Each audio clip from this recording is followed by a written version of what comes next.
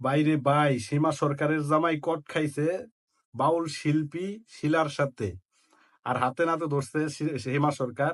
তো পুরো ভিডিওটাই মনোযোগ সহকারে দেখবেন, আর ভিডিওটা কেমন হয়েছে লাস্টে কমেন্ট করে ও ভিডিওটা শেয়ার করে সবাই দেখার সুযোগ করে দিবেন।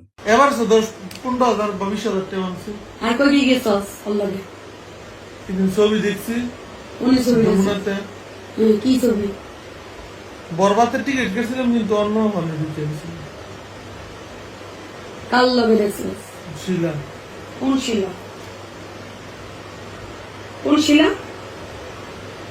ওই শিল্পী গান্ধী না। নাম কি? শিলা?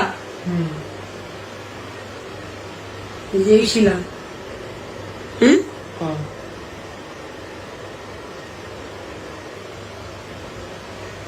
এই শিলা না?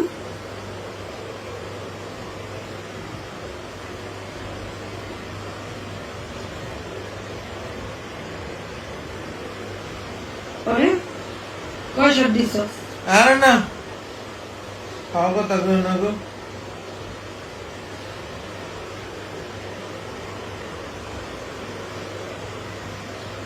পরে আর কি কি মদ খাইছিস কয়দিন? মত একদিন গানের নাম মত লিয়ে গেছিলাম, আমি খাইছি একদিন মারা হয়েছে। কাল লগে 12 লগে একদিন খাইছি। কে? ছিলাম। নাম উল্লেখ করস নাকি? ছিলাম তো কইছে তো প্রথমই কইছি।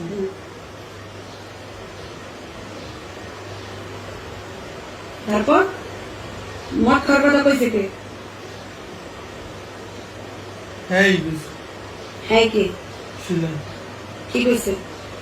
মন খারাপ মত খাইছে তো ওরম গায়েন সমস্যা। পরে এবার গেছে মত খেয়ে বসে। প্রথম দিন মদ খাওয়াইছে কোন জায়গায়? প্রথম দিনে মনে বাহানে এই সেই শিলা, শিলা সরকার গান গাওয়ার নামে করে হইলো কি কয় দেহ ব্যবসা। সবাই চিনা রাখেন, তার নাম্বারটা আমি দিতেছি। সে খুব বিখ্যাত কুখ্যাত শিল্পী, সবাই একটু চিনা রাখেন। এই যে তার নাম্বার।